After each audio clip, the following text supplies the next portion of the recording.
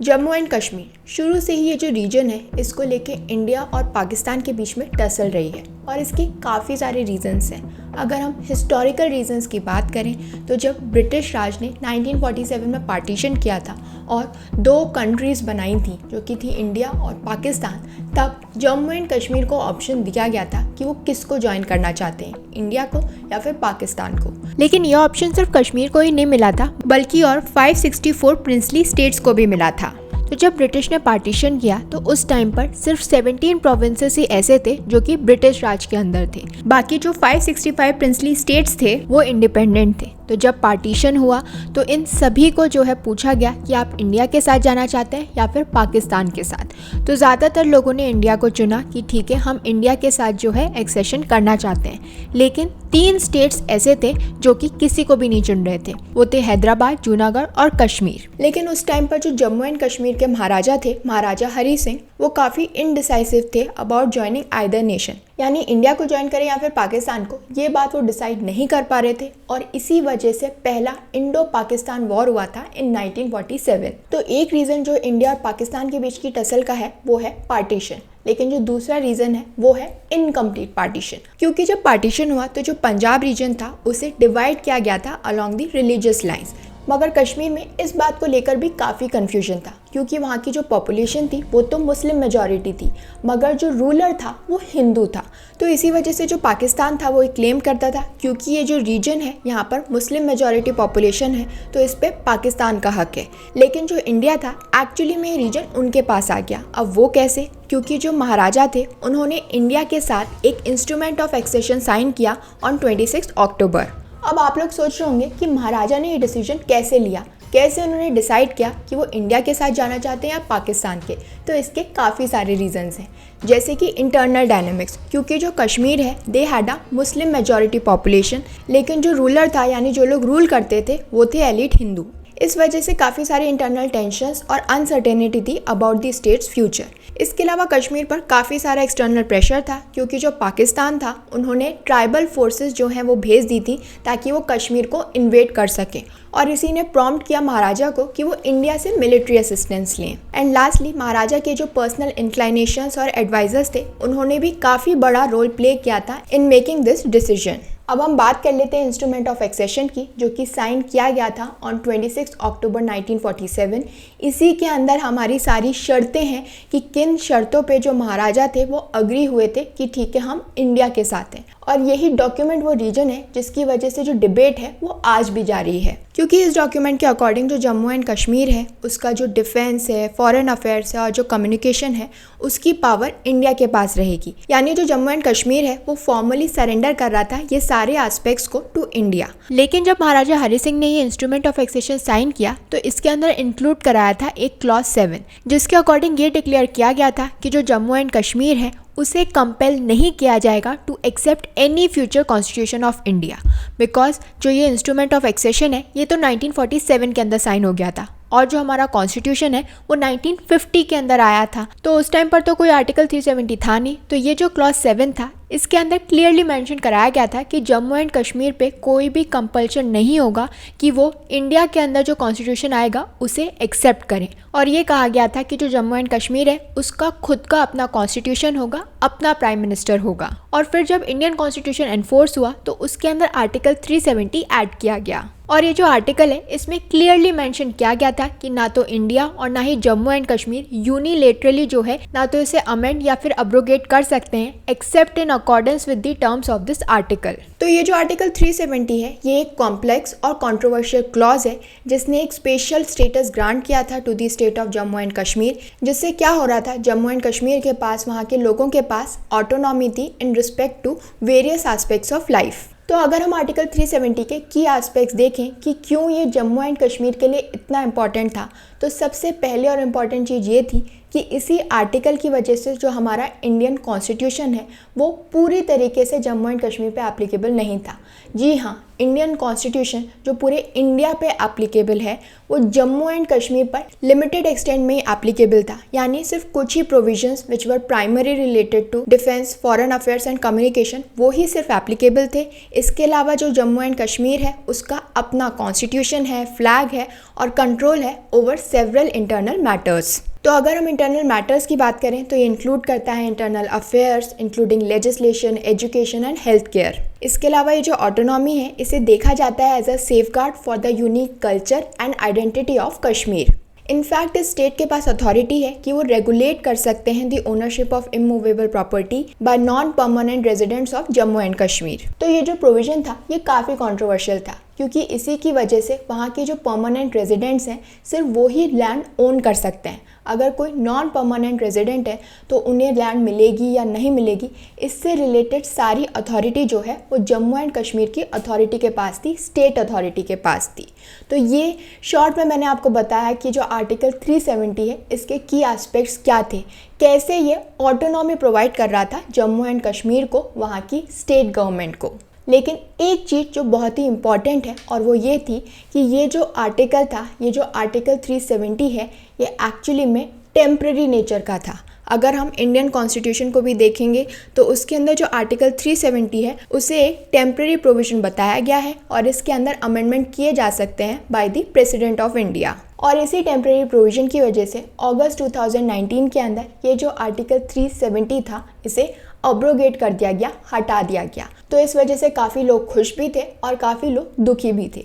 लेकिन जब हम आर्टिकल 370 की बात करते हैं, उसके अब्रोगेशन की बात करते हैं, तो हम एक और प्रोविज़न होता है जिसे भूल जाते हैं, वो है आर्टिकल 35A। क्योंकि जब आर्टिकल 370 को हटाया गया तो इसका अफेक्ट कॉन्स्टिट्यूशन के आर्टिकल 35A पर भी पड़ा है। अगर हम इस प्रोविज़न की बात करें तो ये एम्पावर करता है जम्मू एंड कश्मीर के स्टेट लेजिस्लेचर को कि वो डिफ़ाइन कर सकते हैं कि स्टेट के परमानेंट रेजिडेंट्स कौन होंगे और उनको कौन से स्पेशल राइट्स और प्रिविलेजेस जो हैं वो दी जाएंगी।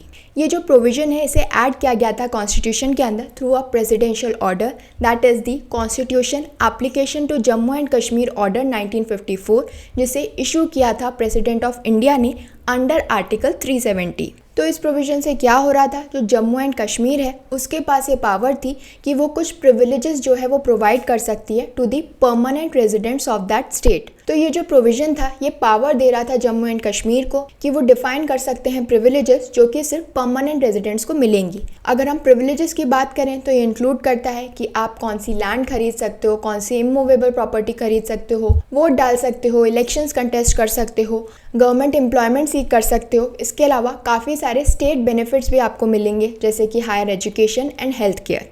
लेकिन ये जो सारी प्रिविलेजेस मैंने आपको बताई हैं ये सिर्फ जम्मू एंड कश्मीर के जो परमानेंट रेजिडेंट्स हैं उन्हीं को मिलेगी।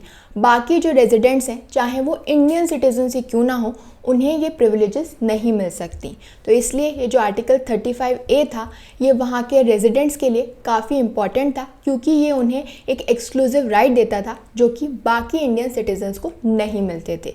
इसी वजह से जब आर्टिकल 370 हटा तो आर्टिकल 35A भी चला गया और इसी से वो नाखुश थे, क्योंकि अब पूरे इंडियन सिटीजन्स जो हैं, इंडिया के अंदर जितने भी सिटीजन्स हैं उनके पास ये राइट है कि वो जम्मू एंड कश्मीर में जाके लैंड को परचेज़ कर सकते हैं, वहाँ पे रह सकते हैं, वहाँ पर जाकर एम्प्लॉयमेंट सीख कर सकते हैं। तो ये तो बात हो गई आर्टिकल 370 और आर्टिकल 35A की। लेकिन क्योंकि आर्टिकल 370 को अब्रोगेट किया गया है, हटा दिया गया है, तो अब हम ये समझ लेते हैं कि ये जो अब्रोगेशन का पूरा प्रोसेस था ये क्या था और इसे कैसे किया गया। तो अब्रोगेशन के लिए जो इंडियन गवर्नमेंट है उन्होंने 2 प्रेसिडेंशियल ऑर्डर्स जो हैं वो इशू किए थे ऑन 5 अगस्त 2019। जो पहला ऑर्डर था उसमें डिक्लेयर किया गया था कि जो आर्टिकल 370 है वो इनऑपरेटिव है और सस्पेंडेड है by the new constitutional provisions. जो सेकेंड ऑर्डर था उसमें जम्मू एंड कश्मीर को रीऑर्गेनाइज किया गया था इनटू 2 सेपरेट यूनियन टेरिटरीज जो कि है जम्मू एंड कश्मीर एंड लद्दाख। इसके बाद ये जो दोनों ऑर्डर्स थे इन्हें पार्लियामेंट के सामने रखा गया था उनके अप्रूवल के लिए, और दोनों ही हाउसेस ने यानी लोकसभा और राज्यसभा ने इन ऑर्डर्स को अप्रूवल दिया। लेकिन ये जो सारी प्रॉब्लम थी वो यहीं पर नहीं ख़त्म हुई, काफ़ी सारे लीगल चैलेंजेस भी सामने आए, क्योंकि जो क्रिटिक्स थे उनका आर्ग्यूमेंट था कि जो आर्टिकल 370 है वो एक टेम्प्रेरी प्रोविज़न है और इसे सिर्फ और सिर्फ Jammu and Kashmir constituent assembly के थ्रू ही अमेंड किया जा सकता है, जो कि अब इन ऑर्डर्स की वजह से एग्जिस्ट नहीं करती। सेकेंड आर्ग्यूमेंट ये था कि जो पूरा अब्रोगेशन का प्रोसेस है it lacks proper consultation with the people of Jammu and Kashmir, और इसके अलावा काफ़ी सारे कंसर्न्स रेज किए गए थे about the potential violation of fundamental rights, जैसे कि इक्वालिटी एंड सेल्फ डिटर्मिनेशन। अगर हम करंट स्टेटस की बात करें तो जब आर्टिकल 370 को अब्रोगेट किया गया था, हटाया गया था, तो इसके रिगार्ड में काफ़ी सारे पिटिशंस फाइल की गई थी और ये कहा गया था कि ये जो डिसीजन है ये गलत है, ऐसा नहीं किया जा सकता, सारे प्रोसेस जो हैं वो ढंग से फॉलो नहीं किए गए हैं।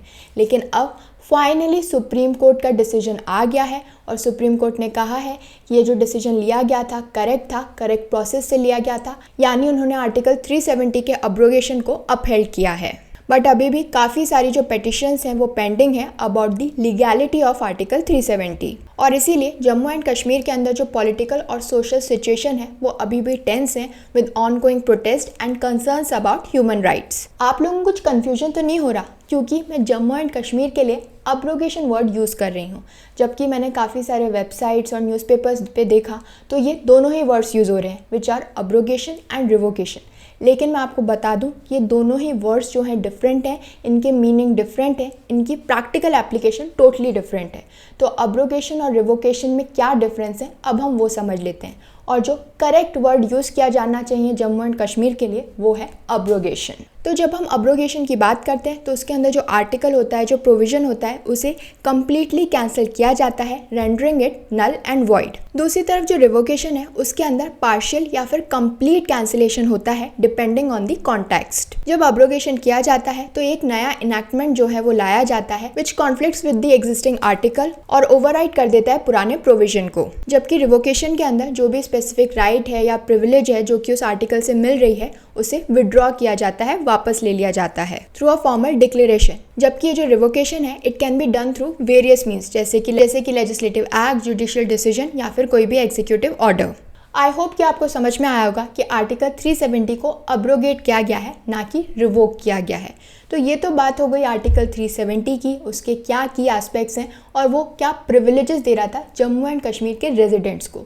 लेकिन हम बात कर लेते हैं प्रेजेंट जजमेंट की, जो कि रिसेंटली सुप्रीम कोर्ट ने दिया था in regard to upholding the article 370। उन्होंने क्या रीजंस दिए, क्या कहा कि कैसे जो आर्टिकल 370 को अब्रोगेट किया गया है वो करेक्ट है और उसके अंदर कोई भी प्रॉब्लम नहीं है। तो इस पिटिशन को एक 5 मेंबर कॉन्स्टिट्यूशनल बेंच जो है वो हियर कर रही थी, comprised of chief justice DY Chandrachud, justices SK Kaul, Sanjiv Khanna, BR Gavai and Suryakant. तो सुप्रीम कोर्ट का कहना था कि ये जो आर्टिकल 370 और 35A को अब्रोगेट किया गया है वो करेक्ट है, क्योंकि जो आर्टिकल 370 है ये एक टेम्परेरी प्रोविजन है और जम्मू एंड कश्मीर के पास कोई भी इंटरनल सोवरेनिटी नहीं है। क्योंकि सुप्रीम कोर्ट के अकॉर्डिंग अगर हम इंस्ट्रूमेंट ऑफ एक्सेशन देखें तो जो state of Jammu and Kashmir है उनके पास सोवरेनिटी का एलिमेंट नहीं है।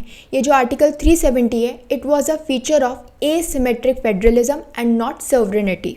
और इसीलिए कोर्ट का कहना था कि अगर हम जम्मू एंड कश्मीर पर इंडियन कॉन्स्टिट्यूशन अप्लाई करना चाहते हैं तो हम ऐसा कर सकते हैं। इसके लिए स्टेट गवर्नमेंट की कॉन्करेंस की ज़रूरत नहीं है, उनकी परमिशन की ज़रूरत नहीं है। और आर्टिकल 370 के अकॉर्डिंग जो प्रेसिडेंट है, जो इंडियन प्रेसिडेंट है, उसके पास पावर है कि वो ऐसा कर सकता है। तो जब आर्टिकल 370 को अब्रोगेट किया गया वो प्रेसिडेंट रूल के अंदर था और इसीलिए चीफ जस्टिस ऑफ इंडिया का कहना था कि जब भी जो सेंटर है वो कोई भी डिसीजन लेता है on behalf of the state during the presidential rule उसे चैलेंज नहीं किया जा सकता। और इसी के साथ जो चीफ जस्टिस ऑफ इंडिया हैं उन्होंने सेंटर को डायरेक्ट किया है for the restoration of statehood and for legislative assembly election to be held not later than September 2024। In fact chief justice of India DY Chandrachud ने अंडरलाइन किया है कि जो कॉन्स्टिट्यूशन ऑफ इंडिया है ये एक कंप्लीट कोड है फॉर कॉन्स्टिट्यूशनल गवर्नेंस और उन्होंने प्रोक्लेम किया है कि जो प्रेसिडेंट है उसके पास पावर है अंडर आर्टिकल 370 सब क्लॉज 3 कि वो यूनिलेटरली इशू कर सकते हैं एक नोटिफिकेशन कि जो आर्टिकल 370 है इट सीजेस टू एग्जिस्ट। इसके लिए जो प्रेसिडेंट है उन्हें ना तो स्टेट गवर्नमेंट की और ना ही यूनियन गवर्नमेंट की कॉन्करेंस की जरूरत है। तो this was all about article 370,